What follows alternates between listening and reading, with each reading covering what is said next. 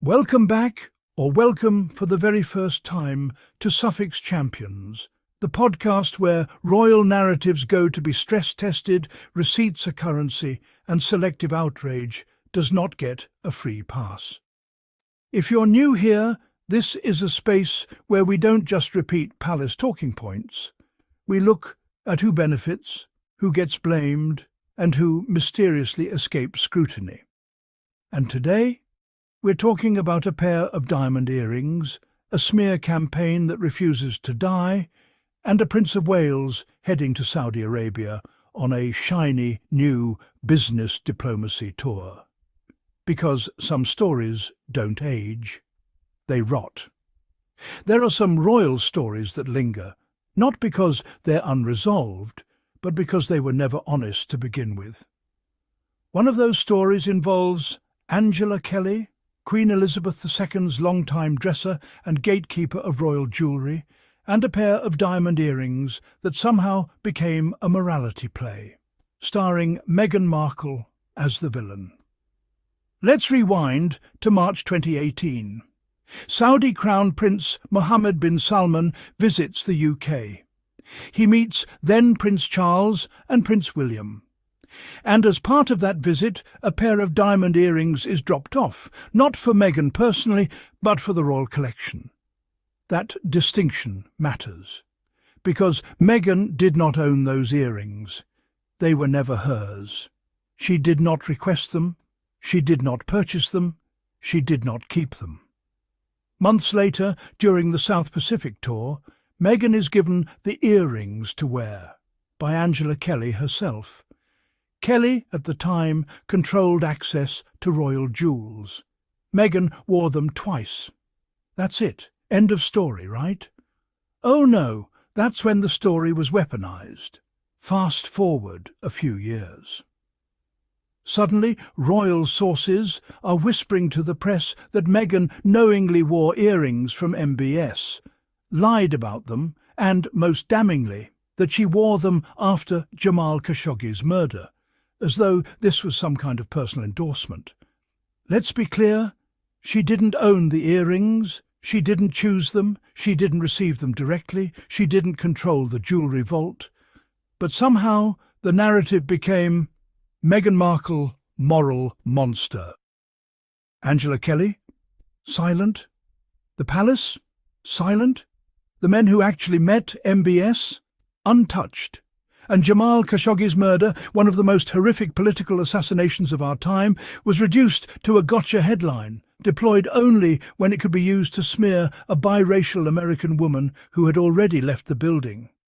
That's not justice, that's opportunism. Now for the funny part, and by funny I mean grimly revealing. Prince William is heading to Saudi Arabia in February. This isn't speculative, this isn't gossip. This is an official visit requested by the UK government celebrating growing trade, energy and investment ties. It'll be William's first official overseas trip of 2026, his first visit to Saudi Arabia. A carefully framed suit and tie big boy business tour. And suddenly, silence. No pearl-clutching headlines, no moral outrage, no endless editorials about Jamal Khashoggi. Interesting, isn't it? Let's add context, because context is everything the royal press hopes you'll forget. The UK government has already sanctioned Saudi nationals over Khashoggi's murder. Human rights concerns have been formally acknowledged. And yet, ties with Saudi Arabia have only strengthened. Sir Keir Starmer met Mohammed bin Salman in 2024 and was criticised for prioritising economic growth over human rights. Saudi Arabia is accused, credibly, of sports washing, hosting massive global events like the 2034 World Cup to polish its image.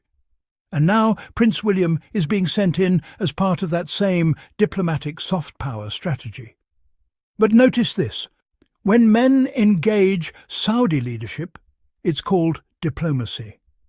When Meghan wears earrings she didn't own or choose, it's called a scandal.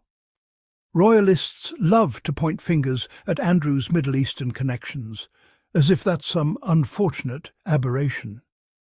It's not. King Charles has been cultivating relationships in Saudi Arabia and the Gulf for decades. Queen Elizabeth II was famously close with Gulf royals.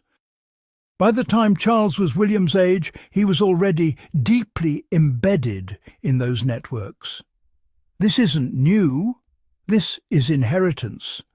William isn't breaking ground, he's playing catch-up.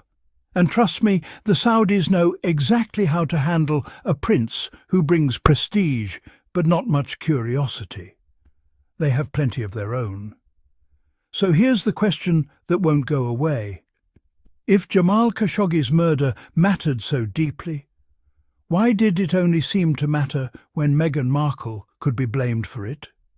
Why wasn't Angela Kelly named? Why weren't Charles or William scrutinized?